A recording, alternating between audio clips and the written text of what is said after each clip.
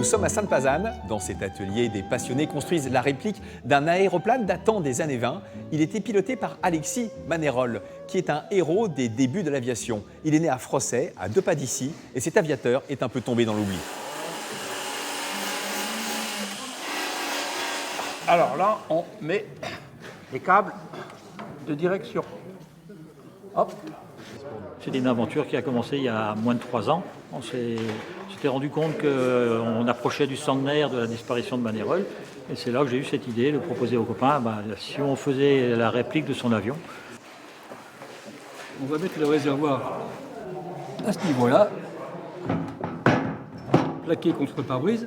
Cet avion avait un moteur. Il avait un moteur à essence qui était placé ici, mais ce moteur-là, il est introuvable.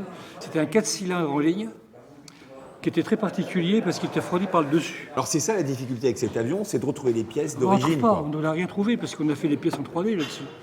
Les capots ont été imprimés en impression 3D. On ne trouve rien. On a refait l'hélice, on a tout refait. Cet avion a été construit à un seul exemplaire, un seul et unique exemplaire. Et il n'en existe plus rien parce que le seul exemplaire avec lequel il a pu voler s'est écrasé. À l'origine, c'était un planeur qui a été modifié pour équiper d'un moteur pour battre ce record. Donc il avait battu un record à 3800 mètres. Et l'après-midi de cette journée où il a battu ce record du monde, il est monté finalement jusqu'à 4200 mètres. Hélas, à l'atterrissage, ça s'est mal passé. Et donc il a cassé en vol et c'est là qu'il s'est tué. Bonjour Christian. Bonjour David. Ça va bien? Ça va très bien. Donc voici l'avion de ton aïeul, Alexis. Je vois que vous avez retrouvé des vieux instruments là. Les instruments sont d'époque, effectivement.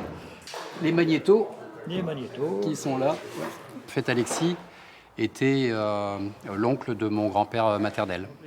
C'est beaucoup d'émotion pour moi de venir ici et puis de voir le travail de l'association et la réplique de l'avionnette d'Alexis. Moi, j'ai été bercé par l'histoire d'Alexis Manerol, pionnier téméraire de la région de Loire-Atlantique. À l'âge de 20 ans, il avait déjà son brevet. Et l'année d'après, l'histoire dit qu'il a hypothéqué son héritage pour pouvoir acheter son premier Blériot Demoiselle. Moi, ce que je t'ai amené, c'est un petit trésor familial, hein, puisque c'est l'hélice de l'avionnette. C'est assez émouvant quand même de retrouver ce type de pièce, parce que pour nous, il n'y avait aucune pièce rien n'avait survécu au crash. Depuis 100 ans dans la famille. Alors, c'est pas trop mal déméré. Non, c'est très bien. Hein. Manerol, c'est l'enfant du pays. Alors après sa formation de pilote sur Paris, il revient à Frosset. Il organise des meetings aériens. À l'époque, c'est l'attraction du moment. Cela attire les foules.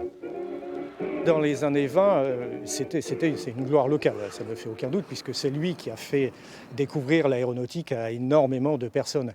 Il faut être conscient que quand Manerol a eu son premier avion, beaucoup de personnes dans les campagnes n'avaient jamais vu un avion voler. Il a toujours gardé des attaches. Ses parents vivaient dans un moulin qui est pas très loin du centre, et c'est d'ailleurs de là qu'il décollait régulièrement. Il est allé aussi sur la région nantaise, où notamment il a eu l'occasion de passer sous le pont Transborder. Il n'y a pas véritablement eu beaucoup de témoins, puisqu'il n'était que 6 à être présents au moment où ça s'est passé.